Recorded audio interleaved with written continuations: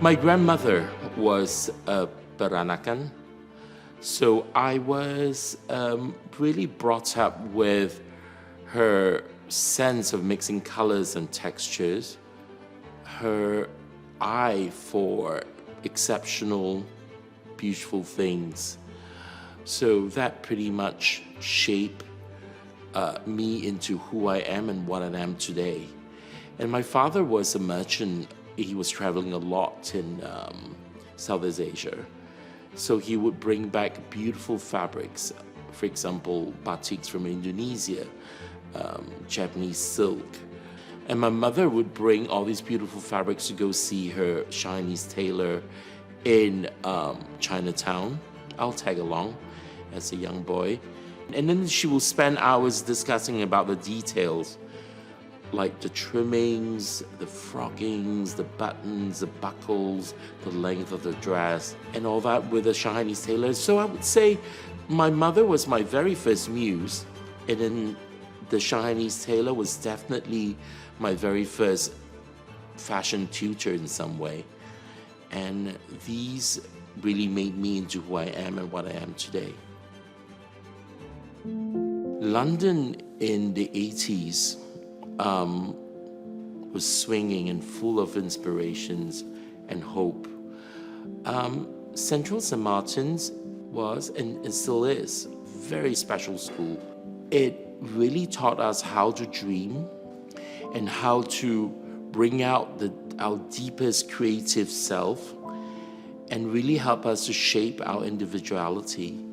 I think that's a reason why Central St. Martin's has nurtured so many great designers of our time. My Asian roots run really, really deep. And I've been living in Europe for the past many, many years, 30 years. So the East meet West thing is really my daily life. So it comes to me very naturally. I don't even need to think. It reflects in the way I live, the way I speak, and even in the way I eat. So definitely in my work as well. When I have an idea of a dress, I'll ponder about every single details on a garment in my mind. The seamings, the cut, the pockets, where I'm going to place the buttons, where I'm going to do the trimmings, whether it's a printed garment, whether it's not, practically everything. And I will try to perfect it in my mind first. We always say that every single season, every 6 months, it's like, pregnant for 6 months and you give birth. And, it repeats twice a year. And we used to do 4 collections per year. So it's like having your labor 4 times a year and now twice a year. It's a little bit less tiring, I say. So it has always been my vision, because the house started off as a very international house. We have a very, very international clientele. So we dress women, different type of women in the whole world, in different parts of the world, in different shapes, different sizes, and different, ethnic groups. And this has always been our clientele, our vision. So it's not something that we just found, oh my God, we need to be more inclusive, diversity.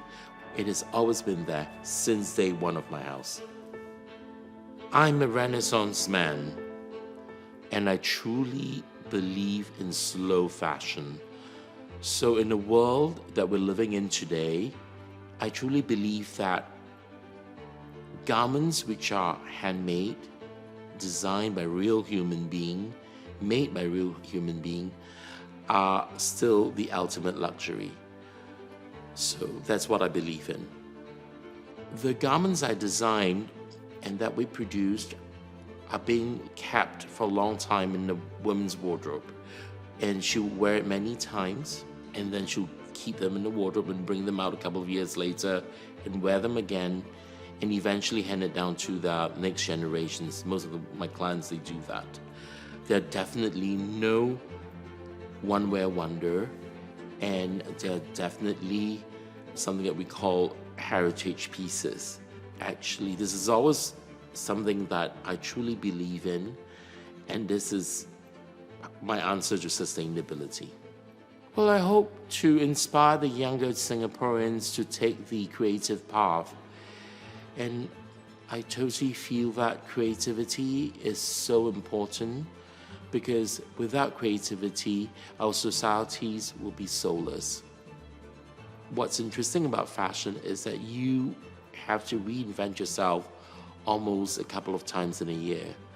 And your thoughts sort of evolve and progress. It's sometimes quite interesting that I would look back and say, oh, that's interesting. But then I will do it again. I will take the inspiration and do it again. And it comes out very differently. And I think for a person who understands the sign of the time and who really lived the life at a specific moment, you would be able to do things of that specific moment.